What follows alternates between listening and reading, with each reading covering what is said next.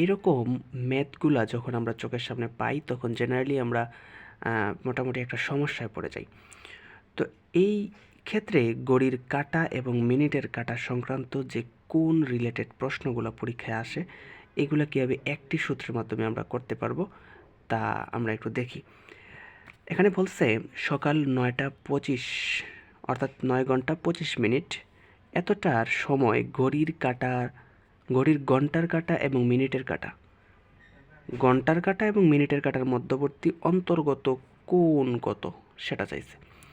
তো আমরা এটা উত্তর করতে গেলে যে সূত্রটা ইউজ করব তা হলো থিটা, অর্থাৎ যে কোণ চাইছে এই কোণ থিটা ইকুয়াল 11m মানে মিনিট মাইনাস থাকবে 16 আর থাকবে এইচ মানে আওয়ার মানে ঘন্টা ডিভাইডেড বাই 2।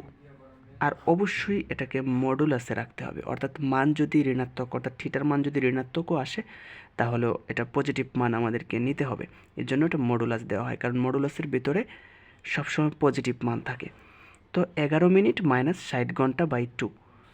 এখন আমার এই প্রশ্নে মিনিট কত 25 দেওয়া, তাহলে আমি এখানে লিখব 11 × 25 মাইনাস 60 × এইচ কত মানে ঘন্টা হলো 60 × 9 ডিভাইডেড বাই 2। এটা কিসে থাকবে মডুলাসে থাকবে।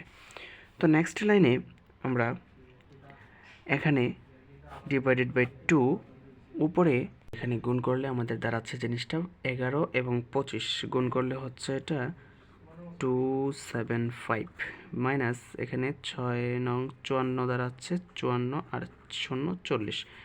তো মডুলাস। তো এখন 275 থেকে যদি আমরা এটা বিয়োগ করি তাহলে জিনিসটা আমাদের দাঁড়াচ্ছে -265 ডিভাইডেড বাই 2 মডুলাস।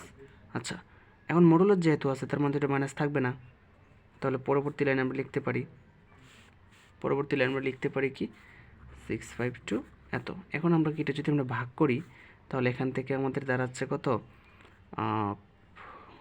132 শেষে 5.5 এটা দাঁড়াচ্ছে 132.5 ডিগ্রি দাঁড়াচ্ছে। অর্থাৎ প্রশ্ন করেছিল কি যে অন্তর্গত কোণ কত, ঘড়ির কাঁটা যখন ঘন্টার কাঁটা যখন এখানে মিনিটের কাঁটা যখন এখানে তখন তাদের মধ্যবর্তী কোণটা কত ছিল, মধ্যবর্তী কোণ ছিল আমাদের এটা।